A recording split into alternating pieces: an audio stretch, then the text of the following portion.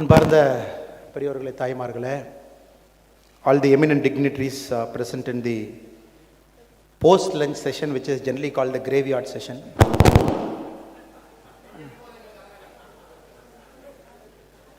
Or the death by PowerPoint session, whichever name we can give it to it. Generally the graveyard session or the death by PowerPoint session. I am neither here to bore you nor to give you a PowerPoint presentation, just to share some of my experience with the eminent dignitaries who are present here. We all know you are very high achievers. All of you are proven performers. You all run big businesses, big companies, give employment to many of you are thousands of people. Many of you run a MSME to a handful of people. Many of you here make sure the firewood burns at somebody's home in the evening so that they get food. You are that kind of people. And especially this region, the Kongu region, where the South Zone conclave is happening, this is a very unique region when compared to the rest of India, where naturally formed organic clusters are here. Business people are like phoenix here, like a phoenix bird. Without anybody's support, on their own they have taken off for the last 30-40 years. Tirupur, Coimbatore, Mettupalayam, Erode, and all these places are like that. So you all represent that. Many of you are first generation entrepreneurs. And some of you are still making that shift between farming and businesses. இங்கே நிறைய பேர் இங்கே வந்து விவசாயிகளாகவும் business பீப்புளாகவும் இருக்கிறீங்க. காலையில் விவசாயம், மத்தியான தொழில், திரும்ப சாயந்தரம் ஆட்டுக்குட்டி, அந்த மாதிரி பார்க்குறவங்களா இருக்கீங்க. It's very unique natural cluster. வேறு எங்கேயுமே இந்தியாவில் இந்த மாதிரி இருப்பதற்கான வாய்ப்புகள் இல்லை. Which very unique. So before I get into the topic that they have given to me, I would like to pay my respects to the National President of Laghu Udyog Bharati, Baldev Bhai Prajapati sir, who is here, and to all the senior leaders who have come from different parts of India. They make sure that Laghu Udyog Bharati is very active, very agile, and it represents the new India which our Honorable Prime Minister Narendra Modi ji is envisioning. And in the stage with me, we have the National Joint General Secretary and the South Zone Coordinator Mohan Sundaramanna, and the National Vice President Hariharan Ramamurthy Anna, and the Laghu Udyog Bharati State President Vijay Raghavananda. And just before my session, the Honorable Minister Arjun Ram Meghwal ji has finished his session. He has just left for us another official function. And all the eminent dignitaries here, press, ladies and gentlemen. The topic they have given to me is transform and grow. I am definitely not a business person. கண்டிப்பாக நான் உங்களை மாதிரி எந்த ஒரு business நடத்தலை, 4 பேர்த்துக்கு வேலை கொடுக்கல, சம்பளம் கொடுக்கலீங்க, மாத கடைசியில் எப்படி சம்பளம் போடணும்னு யோசிக்கலை, எப்படி அந்த பிரச்சனையை சரி பண்ணணும் அப்படிங்கிற மாதிரி பிரச்சனைகள் என்னுடைய டேபிளில் இல்லைங்க. பட் இருந்தாலும் the path in which I have traveled in the last few years, God was kind. With that in mind, and me being a current politician in Tamil Nadu, so the vision of our government, the vision of our Honorable Prime Minister, I thought I'll give you some pointers. So we all know our Honorable Prime Minister is very ambitious that India should hit the $5 trillion economy very soon. 2025, 2026 is the target. We are at about $3.1 trillion economy. He wants to make it $5 trillion economy. And Piyush Goyal ji, in one of his speeches in Coimbatore a couple of months back, he said, the first target is to hit 5 trillion by 2025, 2026. The second target is to hit 8 trillion by 2030. Then we should keep climbing up the stairs. Possibly when we hit about $8-9 trillion by 2030-32, we would become the 3rd largest economy in the world. This is the roadmap that he has laid out for all the entrepreneurs whom Piyush Goyal ji met recently in Coimbatore. He said this is the path. Now to hit $5 trillion economy, which is the near target, the Honorable Prime Minister and the government is very clear. MSMEs have to play a very crucial, in fact they have to play a very large role in making sure that happens. When we look at the data of companies with a turnover of less than 5 crore, with an investment in asset of less than 1 crore, employment of less than 10 people in a single unit, India has got 6.31 crore MSME, which is 99% of the overall MSME. 5 crore less turnover, 1 crore investment in assets, less than 10 people employed in a particular organization, 6.31 crore, which is 99% of the overall MSME. If you look at the manufacturing output of MSME with respect to the overall manufacturing output, somewhere we are at 36%. The MSME export, with respect to the overall India's export, we are somewhere at about 43%. In the data which clearly shows that Indian economy is firing. Maybe we have finished the warm-up stage, and in the airplane, the engines have started, and we are in a big takeoff mode. 6.31 crore concern. Of this number, 36% of overall manufacturing output MSME is contributing. So $5 trillion economy where PM wants MSME to be a big player there. I think it's perfectly achievable without any doubt. But since the topic is transform and grow, many of the small businesses, we all know, they continue to remain as small businesses. Recently, when I had the opportunity to visit United States, I told one of my hosts there, I want to see one company in Seattle. I'm a big fan of that company. You should take me there. He asked me, where should I take you? I told him he should take me to a place called Pike Street in Seattle. And I want to go there and get into a coffee company called Starbucks there. And the host also took me in his car. We both went. After going there, he asked me, what is special about it? I told him, sir, the special about it is, this is the first Starbucks coffee outlet in the world. Started in 1971. And that building is intact, that company is still intact, that unit is still intact. Now Starbucks is present in 86 countries with an employee of 150,000 plus. We all know the turnover is in $1 billion. We all know what they do. It is always better to go to the place where it started. That gives us inspiration. This is where it all started, maybe 40, 50 years back. Howard Schultz came here. He purchased this company from some other guy. This is where his dream spread out. And in that Starbucks outlet also, there is a wall where Howard Schultz have signed. He said, this is where my dreams began. So likewise, we are sure a lot of people are sitting here, probably in your initial stages. You're looking at transformation, looking at growth, and probably 30, 40 years from now, it will be a big success story, $1 billion enterprise. Probably you'd be employing lakhs of people. Big success story people are sitting here. And MSME per se, my vision as a citizen of the state, as a citizen of this country, not only you should be a partner of this $5 trillion economy, but more importantly, you should transform and grow into something else. Even now, when we talk about the best MSME kind of scenario in the world, people give a lot of respect to the German MSMEs. They call that as Mittelstand. And I tried Googling what is Mittelstand. In India, MSME we can classify.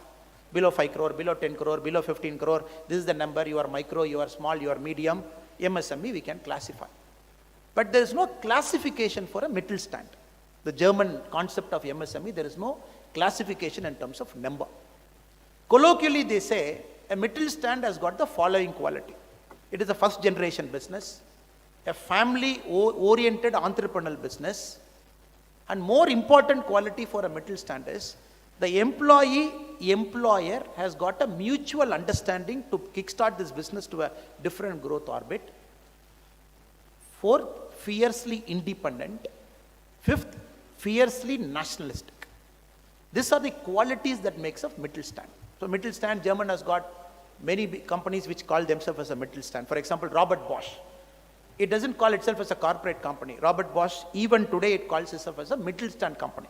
Because the 5 qualities it projects, the German way, the family way, it projects the employee and employer having a good bonding between themselves so that they wholeheartedly work with each other. There's no friction between the employee, friction between the management, friction for a pay dispute, friction for a pay rise. Now, colloquially, we say, okay, Mittelstand is like this. 50 million euro is their turnover, less than 500 employee. All these companies have got a Mittelstand character.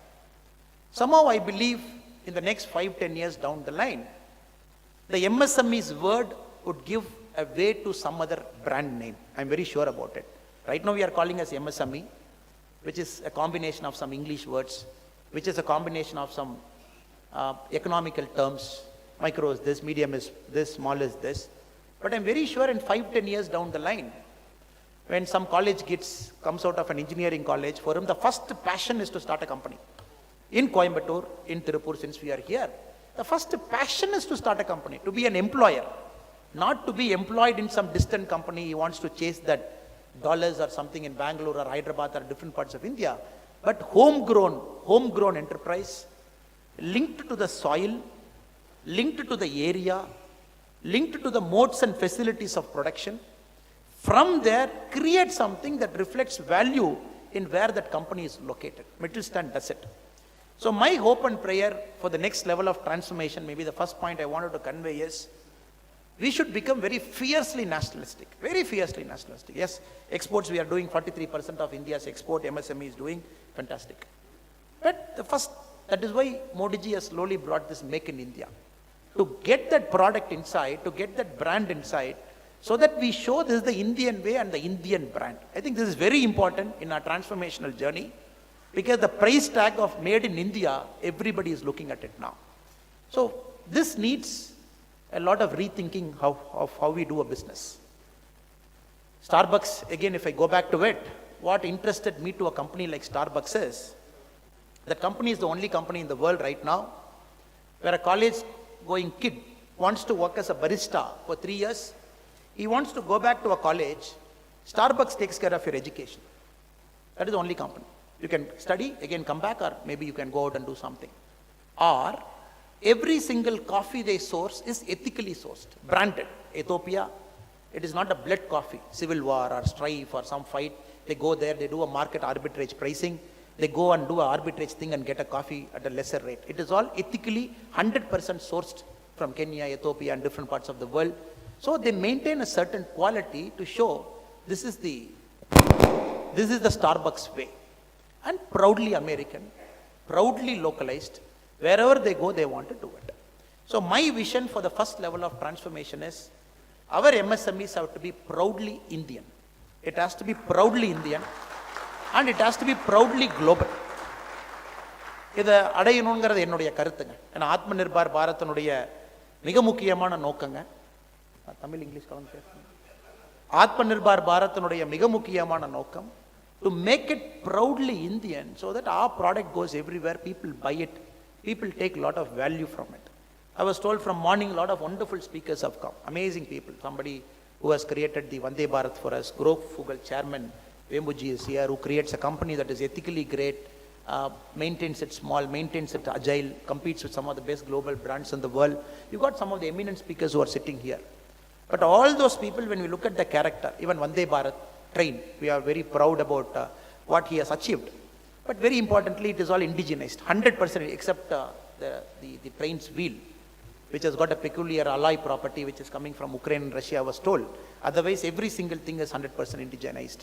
And people are looking at Vande Bharat. We are looking at time efficiency, the speed, the safety features, all inbuilt to it. Though Vande Bharat is a brand, but more uniquely what it stands above Vande Bharat is proudly Indian, made for India, made by India, where our Indian people are traveling. So this is the shift I think our Honorable Prime Minister is expecting without a doubt.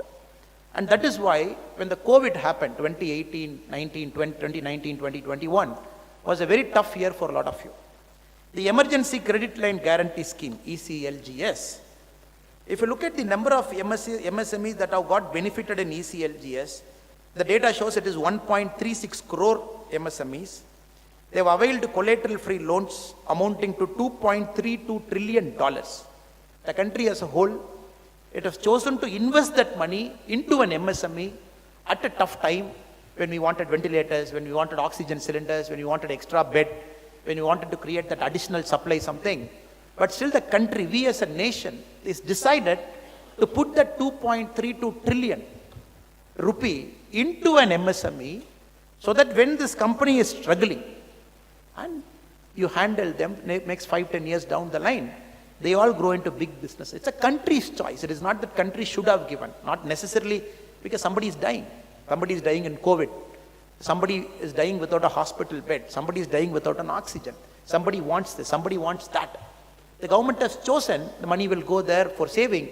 At the same time, the money will get into the business community because you also need, that point of time, this much money without collateral so that you bounce back from the COVID effect. That we have to really appreciate what our Honorable Prime Minister has done.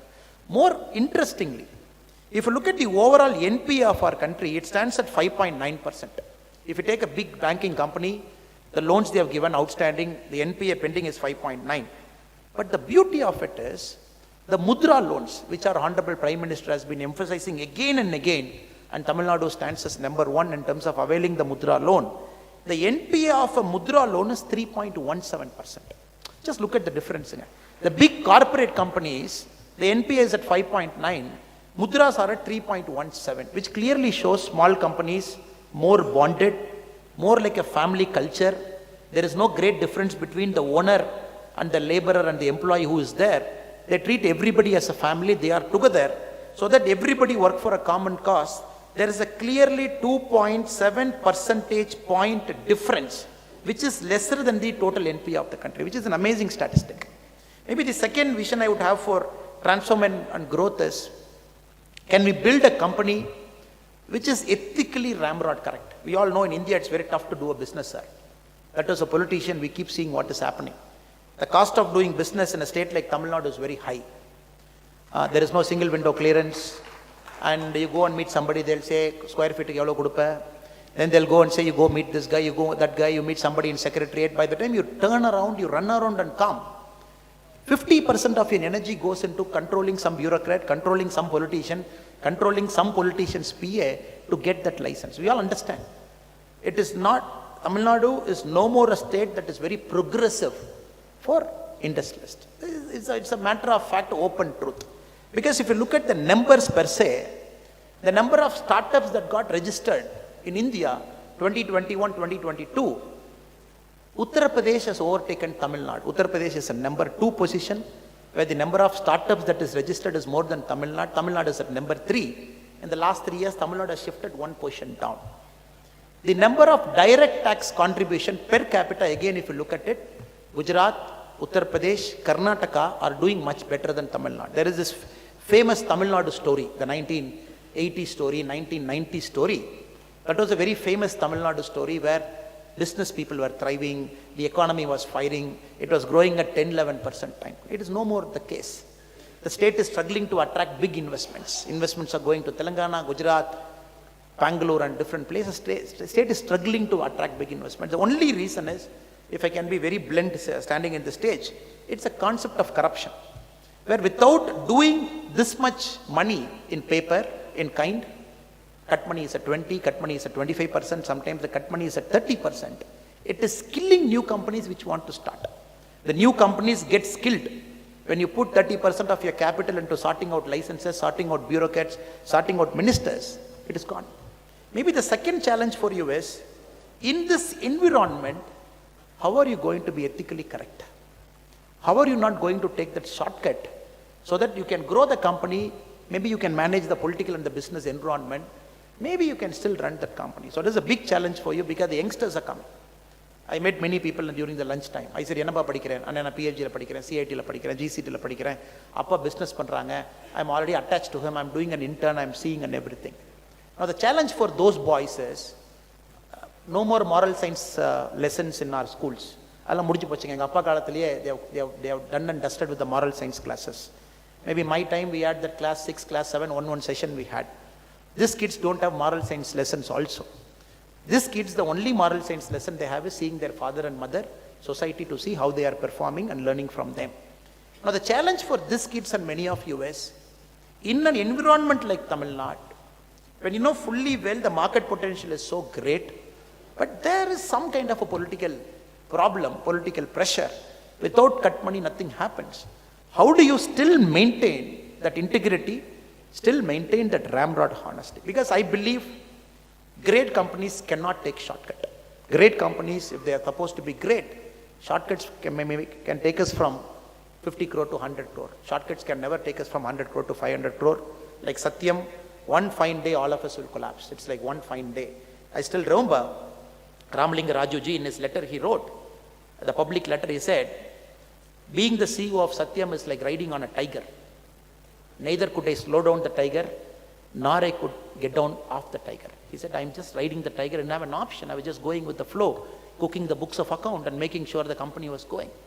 And that's $1 billion company when it collapsed at that point of time. So many of us might get into this problem at one stage or the other. You are ethically right because you are a small enterprise. The moment you become a medium enterprise or a large enterprise, maybe 5 years down the line, if you don't have a set of integral values within the company, the transformation and the growth, I particularly feel, is impossible. Sometimes it is better always to take the less walked path. Even the path is full of thorns, full of stones, full of nails, but at least it's a very honest path. It's a matter of time before the environment gets cleansed up. So now I don't want the youngsters who are here or maybe seeing their father to see how much struggle their fathers go through just because they have to pay some money somewhere to make it happen. The third challenge I believe the MSMEs have, if you look at the Flipkart data, it's a challenge and an opportunity. In 2018-19, the number of small medium enterprise onboarded in Flipkart was 30 lakh, 3 million. 2018-19. 1 year later, 2019-20, it jumped to 73 lakh, which is an increase of 125%. 1 year later, 2020-2021, it jumped to 1 crore. Now, Flipkart has got close to 1.4 crore MSME onboarded. Now, the challenge is digitization. We have started the company at some sort of time. Now, digitization is ruling the roost. We got to get adapted to the new technology, the ERP solutions, whatever we are trying to do. Now, are our employees adequately trained in a new business environment, operating there, hitting that $5 trillion target or hitting that $8 trillion target? What are we trying to do? I think the third challenge for us is to be enabling technology, being technologically agile, maybe going one step ahead of the curve so that we are fully oriented into the digital economy. We all had a very happy news. When the government of India, especially our Honorable Prime Minister, post the demonetization, he brought the digital economy mode. I remember some of the politicians from Tamil Nadu, including a former finance minister, he mentioned in the floor of the House in Parliament, our Prime Minister thinks everybody is intelligent. India is not made up of intelligent people. How can a grandmother use a digitized tool, maybe a Paytm, maybe a Google Pay? How will she lose? They cannot do. This whole thing would be a failure. Now, that is the initial impression people had when Modi ji was giving a lot of push for digitization. April 2022 was a remarkable year for our country because first time the digital transaction in our country, within the country, it crossed 10 lakh crore, first time. After that, every single month, we are about 10 lakh crore. Now in G20, one of the important component our government of India has kept in G20 year is telling the other G20 nations when they come to our country for the whole year, the success of India's digitization strategy. How did we build a wall, a fulcrum, a pakka blueprint so that everybody is linked everywhere, bank account is linked, it is verified by an Aadhaar, the money comes seamlessly from Delhi to somebody's account in a small village in Karur. If it's a farmer, he gets 2,000 in a click of a mouse. These are things we all know. When we go to US, we see it doesn't have our kind of banking facility. We struggle. The checks don't pass overnight. You got to wait for 24 hours. The core banking solution is still not enabled in America. Now the whole world is looking at India. We are one step ahead of everything. So maybe Prime Minister believes this is a strategic competitive advantage for us. Digitization, online transaction, getting companies that is fully within the digitized mode, Prime Minister believes is a strategic competitive advantage. Other nations don't have the kind of strategy we have. So maybe the third challenge, opportunity I would see for transformation and growth is digitization. How do we adapt it fully? Because the government is fast adapting, at least in the gem marketplace, digitization has taken a big hold. That I think would be a challenge.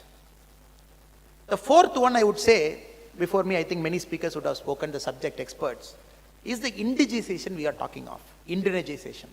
India, generally, our exports were always less than imports. As a nation, we import more, we export less.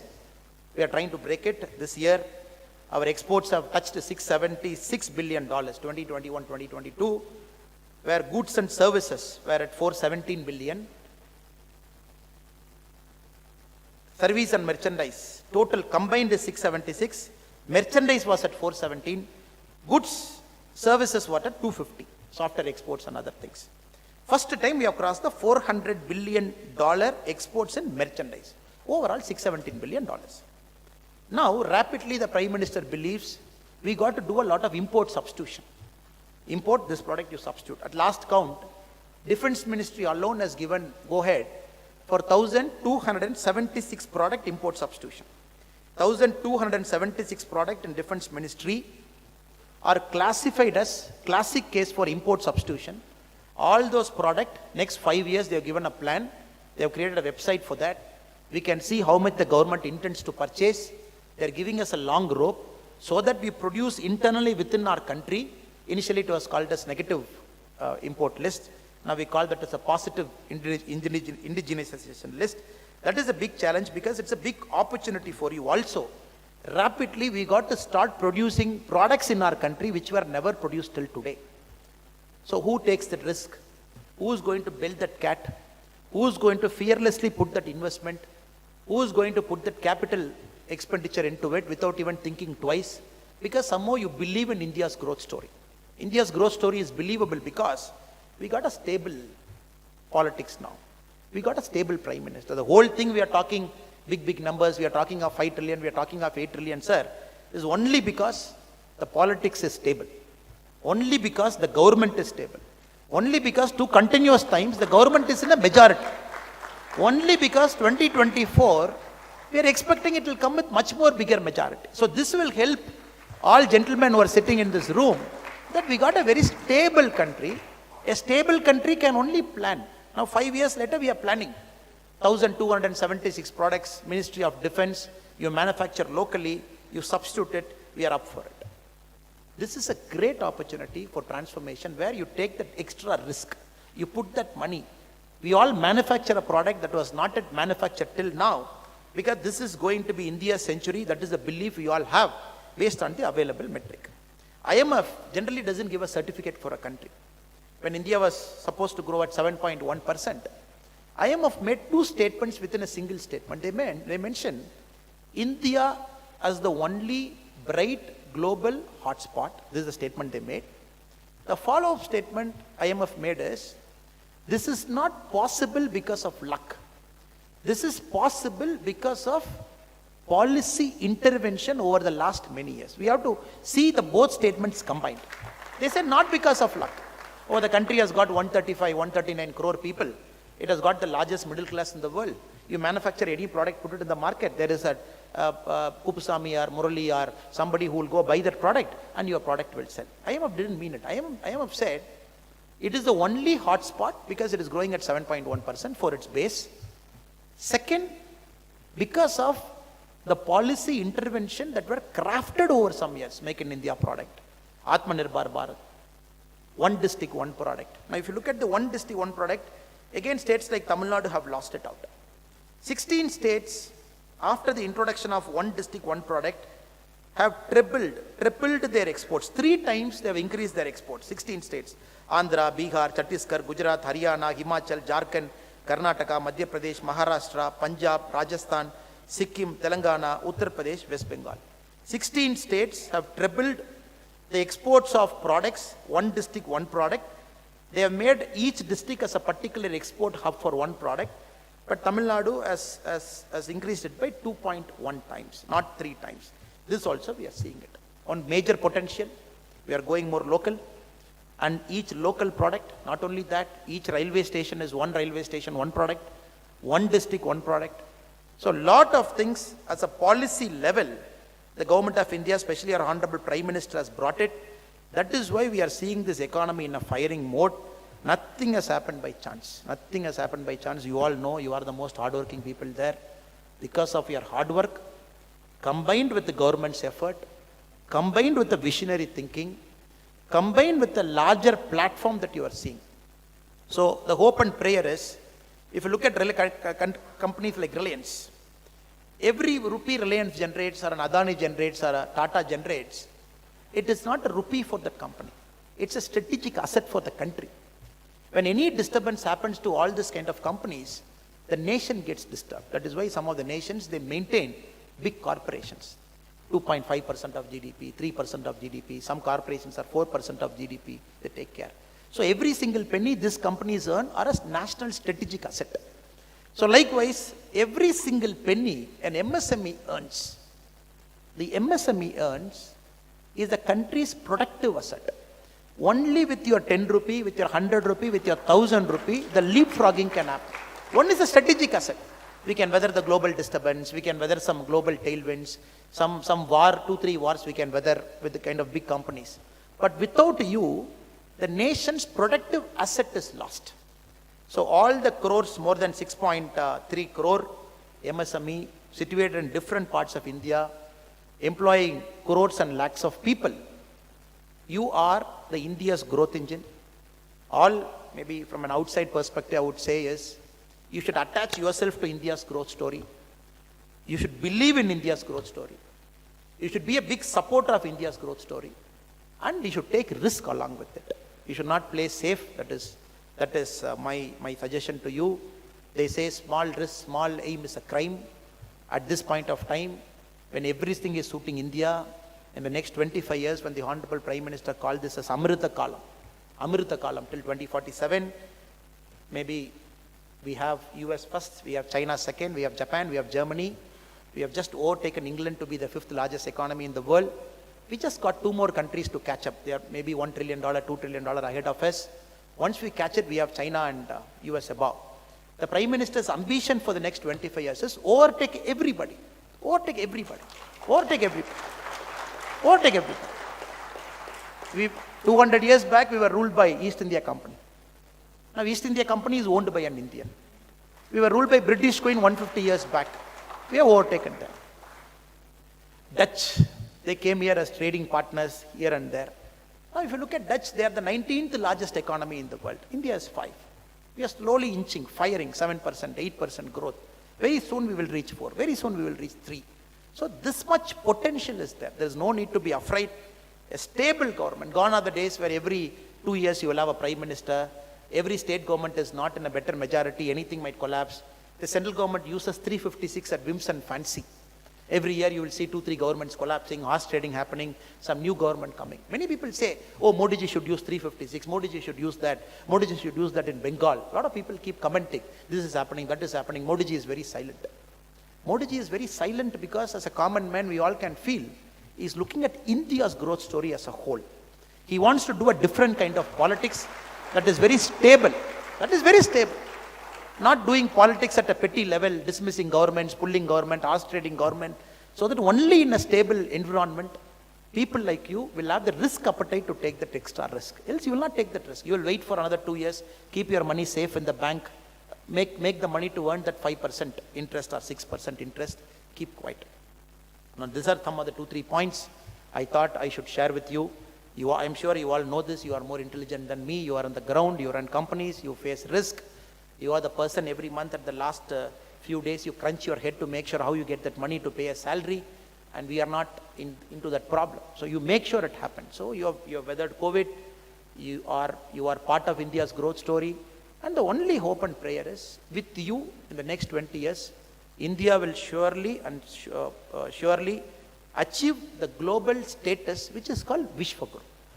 I would like to end with this. Vishwaguru doesn't mean we are the world's largest power. No. If you look at the America yesterday, for electing a House Speaker,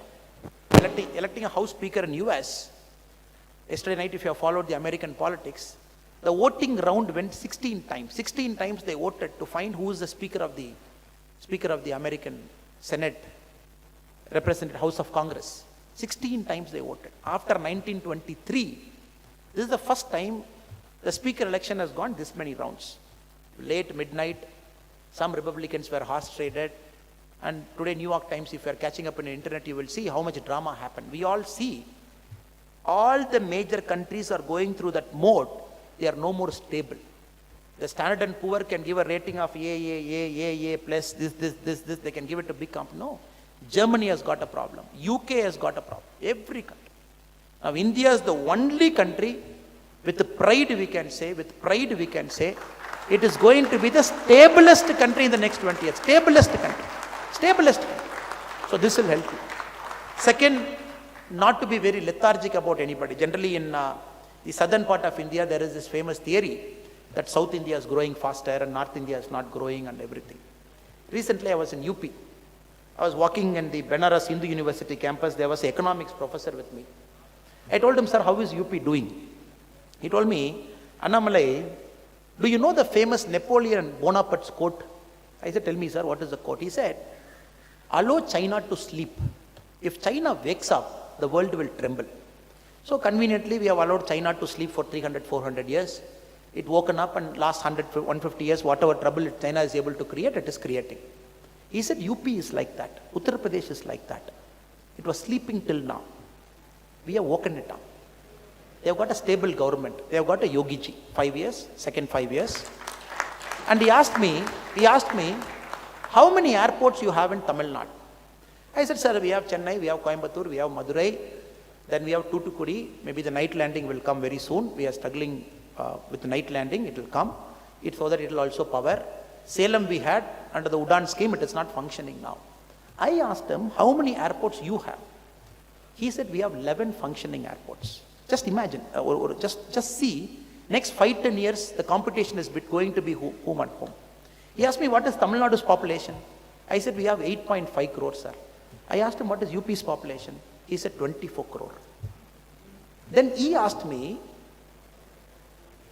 your 8.5 crore population is our population below the age of 33 in UP. These guys are going to fire. All they need is manufacturing industries to come in, stable law and order, no more this taking this knife and going and threatening a woman and coming back. Moment the police start breaking their hands, law and order will start coming peacefully. Then the investments will go. Then we will not get any more Bihar laborers and UP laborers to Tamil Nadu. This is a point of concern I want to put it before I leave the stage. Because caste arbitrage has driven Tamil Nadu till now to a major level. It is driving for the last 10 years. Caste arbitrage. We say North Indian laborers, a lot of politicians using that, they have made politics, North, South and all those drama they have done. When UP starts firing, we will not get any single North Indian laborer coming to Tamil Nadu to work. Bihar people will go there. Jharkhand will go there. Chhattisgarh will go there. All the states are getting into a classic case of a stable government. They are going to fire. Now, especially in Tamil Nadu, for us it is time to pull up our socks, get into next level of technology, start improving our businesses. No more the caste arbitrage is going to work. No more this North-South is going to work. Because UP, just imagine the young population of UP getting educated, going to schools now, going to a college, maybe the first time in their family, in their history. These guys are going to come out in the next 7-8 years. Just how Tamil Nadu was 30 years back. When all those guys fire, it is Napoleon Bonaparte's quote. We should have allowed UP to sleep. Now UP has woken up. We are going to be in trouble. This is many of the entrepreneurs here. But good thing is, UP will easily add 2 percentage point to India's GDP just like that. Just like that, UP will add. Such a big state. So India is going to grow. All the states are going to kickstart. There is no more a laggard state, a Bimaru state. There is no more Hindu rate of growth state. There is no more poor state. There is no more resource-less state. There is no more intelligent state. This is my humble submission. I wanted to make this in this hall before I leave the stage because all states are going to fire. And we pull up the socks. We get out of this mindset of the politics that happens in Tamil Nadu, North, South, this, that and all those things, and look at India as a whole. Maybe some of you will have the opportunity to go to UP and invest, tap into that market potential, give employment, be a part of the country's growth journey. Maybe somebody from there will come here. Let all good things happen. Thank you so much for your patient listening, sir. It's a great event to come and share my thoughts. Let us all together make India into a wonderful